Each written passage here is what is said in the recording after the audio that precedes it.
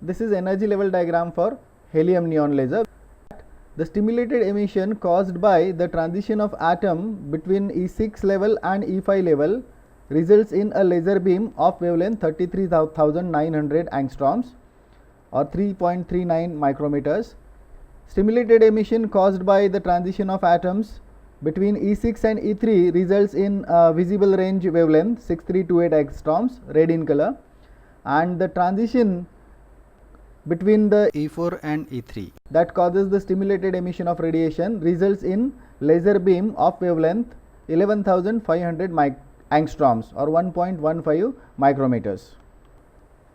In this energy level diagram, we have seen that this energy level E6 and E4 is a metastable state. These two energy levels are metastable states, and therefore the population inversion can exist between E6 E5, which results in lasing action. Population inversion is there between E6 and E3, which results again in lasing action. Population inversion is there between E4 and E3 also, so again it results in lasing action. Important point to note here is there will be a population inversion between E6 and E2 as well, because E2 is also not a ground state, so it will not be highly populated. So as the number of atoms gather in E6, there will be population inversion between E6 and E2 also. There will be a population inversion between E4 and E2 as well, but lasing action is not occurring. You can note here, lasing action, laser beam will not be obtained due to the transition between E6 and E2 and due to the transition of atoms between E4 and E2. So this question we will try to answer, why there will be no lasing action for these energy levels E6 and E2 or E4 and E2, which lie far apart from each other. So answer to these questions we will get when we discuss the Einstein relation. So let us see how Einstein arrived at the relations which could answer this question. Einstein used this thermal equilibrium condition in order to get his relations. This thermal equilibrium condition says that the mean population N1 and N2 in the lower energy level E1 and higher energy level E2 respectively must remain constant. Means what? If N1 is the population of lower energy level and N2 is the population of higher energy level, then in thermal equilibrium condition this will not change. This will happen only if the number of atoms absorbing photons per unit time per unit volume is equal to number of atoms emitting photons per unit time per unit volume.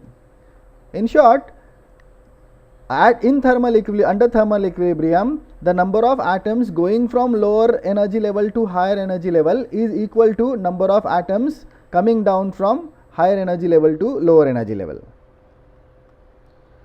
Now how to calculate the number of atoms going from lower energy level to higher energy level? This number of atoms absorbing photons per unit time per unit volume will be directly proportional to the number of atoms available in the lower energy level. So population of lower energy level N1, and it will also be proportional to the density of photons incident. More photons incident means more number of atoms will absorb the photons and will go to the higher energy level. So number of atoms going from lower energy level to higher energy level is directly proportional to density of incident photons and number of atoms available in the lower energy level.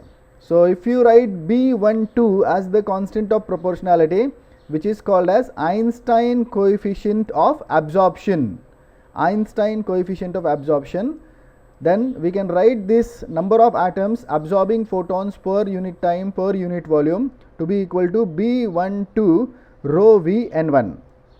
Just look at this. This Einstein coefficient will give us the probability of absorption.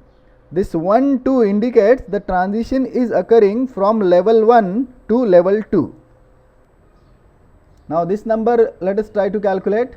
Number of atoms emitting photons per unit time per unit volume. Now atoms will emit the photons when the atoms fall down from higher level to lower level. Now there are two reasons for atoms to fall down from higher level to lower level. One reason is spontaneous emission and the other reason is stimulated emission. Spontaneous emission will depend only on the number of atoms in the higher energy level. So the number of atoms falling due to spontaneous emission will be proportional to N2. If you write A21 as the proportionality constant, which we will call as Einstein coefficient of spontaneous emission. See again here 2, 1. So transition is occurring from level 2 to level 1. So this will be the number of atoms that will fall due to spontaneous emission, and the number of atoms falling due to stimulated emission from higher level to lower level is directly proportional to N2, that is the number of atoms in higher energy level, and because stimulated emission also depends on the incident photons, it will also depend on density of incident photons. So if you write B21 as the constant of proportionality here, which is Einstein coefficient of stimulated emission, then the number of atoms falling down due to stimulated emission per unit time per unit volume will be equal to B21 rho V N2. See here 21 means again here also the transition is occurring from energy level 2 to energy level 1.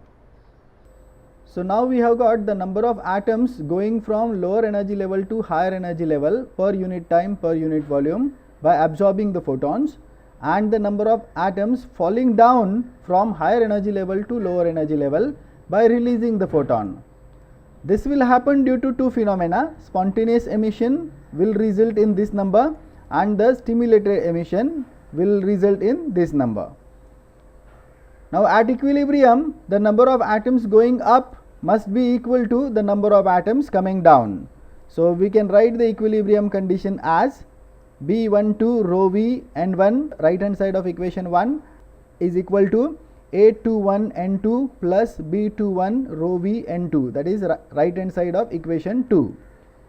Just rearrange the terms, get this term containing rho V on left side, and you can write rho V into bracket B12 N1 minus B21 N2 equal to A21 N2, and we can write the density of incident photons to be equal to A21 N2 upon B12 N1 minus B21 N2. Just divide this numerator and denominator of this by B12 N2. So N2 N2 will get cancelled here if you divide by B12 N2. So what will remain is A21 upon B12. So here B12 will get cancelled. What will remain is N1 upon N2. Here N2 will get cancelled and we will get B21 upon B12. So at the end, density of photons is obtained as A21 upon B12 divided by N1 upon N2 minus B21 by B12. So this is what we got on in the last slide. Let us call this as equation number 3.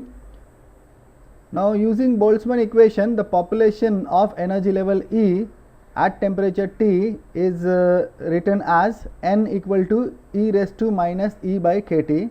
So for this N1, the number of atoms available in energy level E1, so population of energy level E1 can be written as E raised to minus E1 by KT, and the population of energy level E2, N2, can be written as E raised to minus E2 by KT.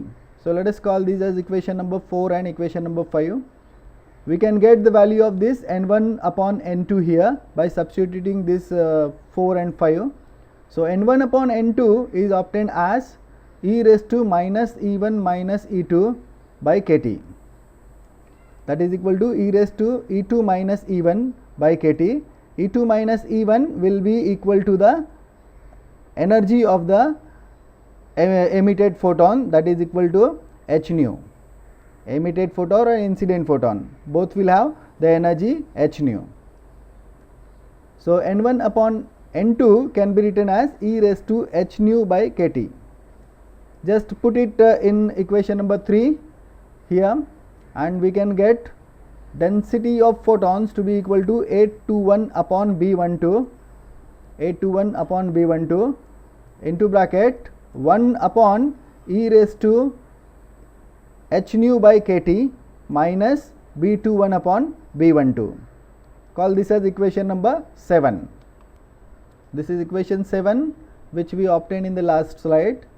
This relation must be identical to the radiation formula given by Planck, which also gives us density of photons as rho v equal to 8 pi h nu cube upon c cube into bracket 1 by e raised to h nu by kt minus 1. Here h is Planck's constant, nu is frequency of radiation, c is velocity of light, k is Boltzmann constant and T is temperature.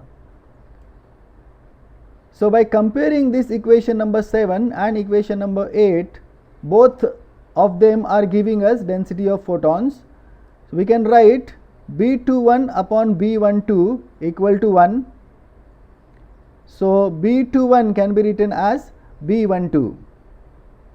So this equation number 9 which says B21 equal to B12 means what? B21 is Einstein coefficient of stimulated emission and B12 is Einstein coefficient of absorption. So this equation says Einstein coefficient of stimulated emission and Einstein coefficient of absorption are same. Then we can equate this 821 upon B12 to this constant 8 pi h nu cube upon c cube. So 821 upon B12 is equal to 8 pi h nu cube upon c cube. So 821 is equal to 8 pi h nu cube upon c cube B12.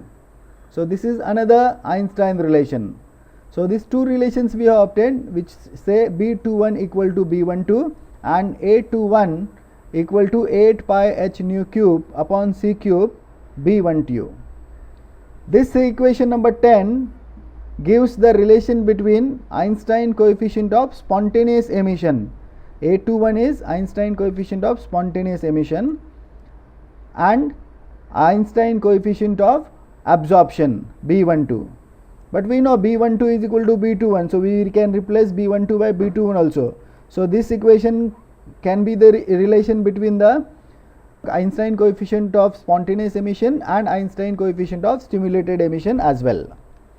So these are called as Einstein relations. Equation number 9 and equation number 10 are called as Einstein relations. Now let us discuss the significance of these relations in the next slide.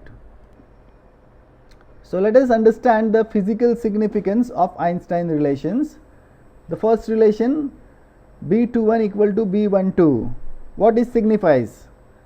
B21 is Einstein coefficient of stimulated emission and B12 is Einstein coefficient of absorption. So this tells us Einstein coefficient of stimulated emission is equal to Einstein coefficient of absorption.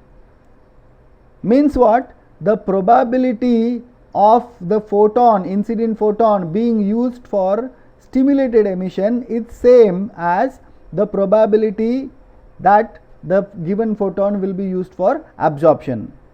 So probability of upward transition is equal to the probability of downward transition. So this is the significance of this equation. Now second relation is 821 equal to 8 pi h nu cube upon c cube B12. This B12 is equal to B21. So we can write this as 821 equal to 8 pi h nu cube upon c cube B21. What is 821? It is Einstein coefficient of spontaneous emission. And what is B21? Einstein coefficient of stimulated emission. So this relation gives us the relation between Einstein coefficient of spontaneous emission and Einstein coefficient of stimulated emission. You can see from this relation Einstein coefficient of spontaneous emission is equal to third power of frequency of radiation multiplied by coefficient of stimulated emission. So clearly spontaneous emission will dominate if the value of nu is large. So spontaneous emission will dominate over the stimulated emission if the value of nu will be large, and nu will be large when the difference between the two energy levels is large. So spontaneous emission dominates over the stimulated emission if energy difference between the two energy levels is high. So stimulated emission will be significant only if the energy difference E2 minus E1 is small, and therefore it is difficult to achieve lasing action in higher frequency range and low wavelength. In the helium neon laser we have seen there is lasing action between E6 and E5, E6 and E3, E4 and E3, but there is no lasing action between E6 and E2. Why? Because the energy difference is very large and spontaneous emission will dominate, and for lasing action we require stimulated emission, which is negligible for large energy difference. So stimulated emission will be considerable only if the energy difference is small. If energy difference is small, then spontaneous emission is also going to occur. It will not go anywhere. It is also there, but then stimulated emission will be considerable and can be utilized for lasing action. So that is the reason why it is not possible to get the laser beam in high frequency range having very low wavelengths. So X-ray lasers is very difficult to achieve because X-rays have very high frequencies and very low wavelengths. So that is the reason behind that why X-ray lasers are not obtained very easily. So this is the significance of Einstein relations.